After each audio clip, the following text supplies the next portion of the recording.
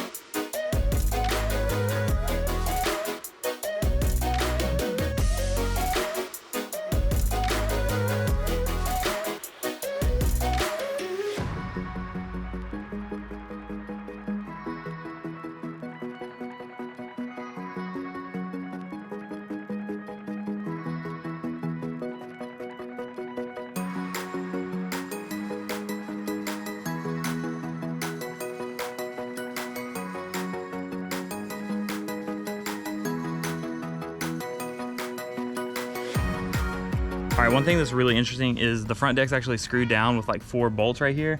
I could take it off no problem, but for now I'm just gonna leave it on because the carpet's actually in pretty decent shape. I'm just gonna shop vac it, but now I'm gonna spray out everything else in the boat, and I did see one roach, so I gotta make sure I find him and get him out of here.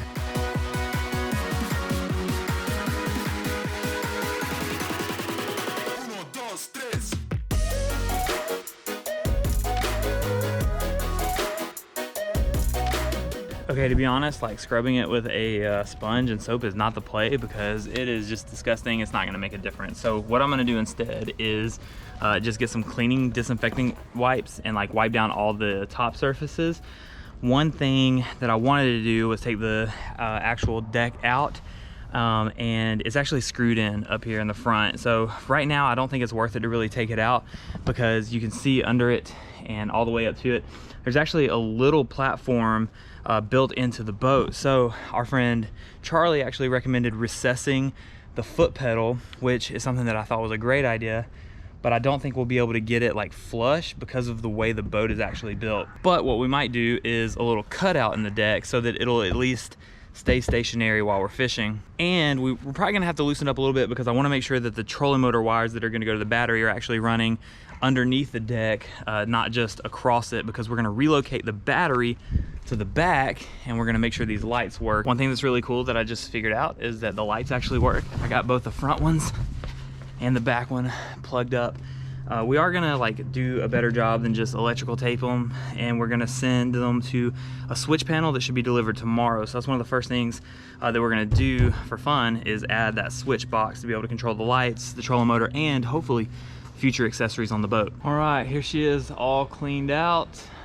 Got everything out, cleaned it up, wiped it down, wiped down the gas tank, got the battery put where we want it. I even wiped down the engine. This boat came with a 15 horsepower 1982 Johnson, and until we spun the prop, it actually ran really good. So I'm actually super stoked. I think the motor honestly was worth the price of what we paid for everything. And you guys saw in the other video how he actually gave us over here. You can see there's like I have an anchor, a foot controlled trolling motor, the Minn Kota Edge 45-pound thrust with the foot controller. Super excited about that, by the way. But and a paddle, which you have to be legal. What's up? It's the next day. I got the ring light here in the garage so we can get some good lighting for what's about to take place. My hair is still wet from working out, but this is the old prop for the boat and this is the new prop for the boat. And so what we're about to do is, well, I had to go to the auto parts store and get some grease. I've never bought grease before. Hopefully it's the right stuff. My father-in-law is actually gonna help us put on the new prop, and then we got a couple other small upgrades to close out this video. Where's that grease at?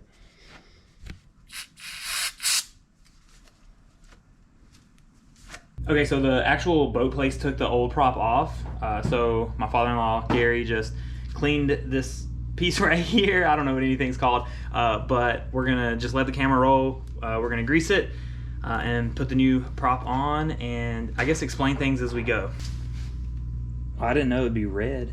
I just assumed it'd be I just assumed it'd be black. Is that that's a lot. It's all right. I mean, it just keeps that dirt and stuff from getting in there, like when you hit the mud and stuff like that. It just keeps it clean in there. Like this. Oh yeah, I could definitely be wrong. Yeah. Oh yeah, I think I was wrong. That's right, I was wrong too. So that's what those holes are for. So the holes are for when you tighten it up, so that Carter key will go through there. And did you have the wrench to tighten it? I don't have a wrench. Do you need one? Yeah, to fit over this. They do actually make a wrench, but I think it's like 13/16 or something like that. Okay, let me go see what I got. I got my kit down here. And this is a 1/2 inch drive. So if you look in the back, usually what they do is they separate it. They'll go 1/2 inch, 3/4, smaller one. What you just heard is Gary trying to explain to me how wrenches work, because I have no idea. So what you want to do is make sure that you just hand tighten it. Okay. And then all you want to do, was that the right way? You put that little cotter pin in there? Not yet. I'll show you. All you want to do is just snug it, and I gotta see where the hole is. Get a major light. Flashlight? I never got to hold a flashlight from my real dad, so. Okay. Oh, shoot. I knew you were gonna do that. Oh, you want the shot back? God dang it. Oh, Let me see your light. All right, update. We dropped the cotter pin down in there. So now we got to figure out how to get it out to put the prop back on. And should have taken 10 minutes, but everything always takes longer. Look who's home. You pull the other one up too? I just bending it back the other way. Okay. That's just to keep that from... Bam. Boom. So really, it's literally just like a washer and like 3 pieces and that cotter pin to hold it on. Yeah. So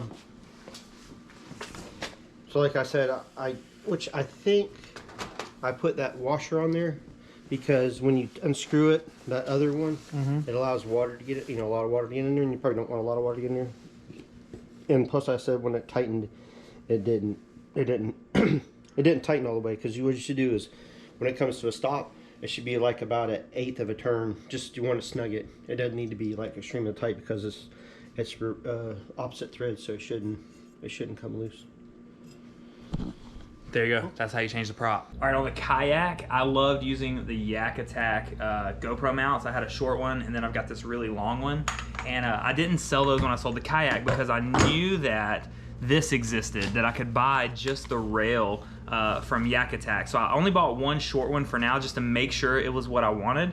But what we're gonna do is we're actually gonna put it back here on the back rail of the boat here so that I can do that shot that I love from the Kayak on my tall GoPro mount facing towards the front of the boat when I'm fishing. Plus, you know, if I hook a fish or something like that, I can turn around and talk to the camera. And I think we'll probably order some more of these so that I can put the GoPros in different spots on the boat, but also keep using kayak accessories. So hey, if you're a kayak angler or you have a John boat or an older boat like me and you're trying to trick it out and you need railings to put accessories, this is like 15 bucks on Amazon. So it's just 4 screws, and then we can use our GoPro mounts. We're gonna put it, I think, like right here.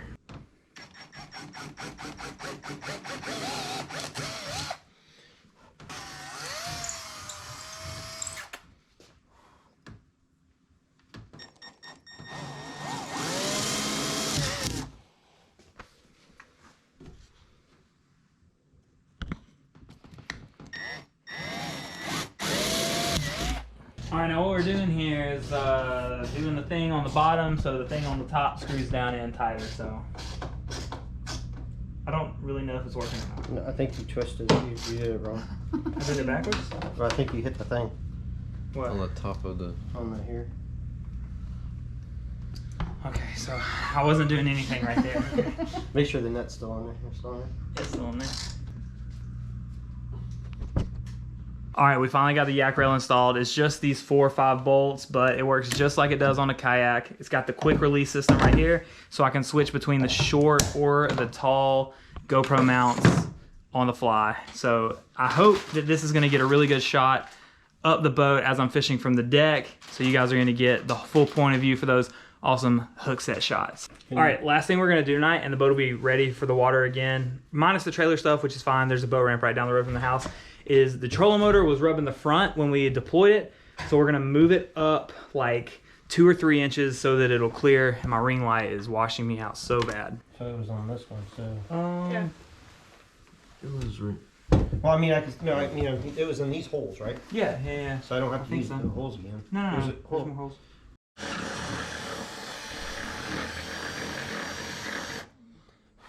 All right, guys, it looks like we got the new prop on. It's ready to go.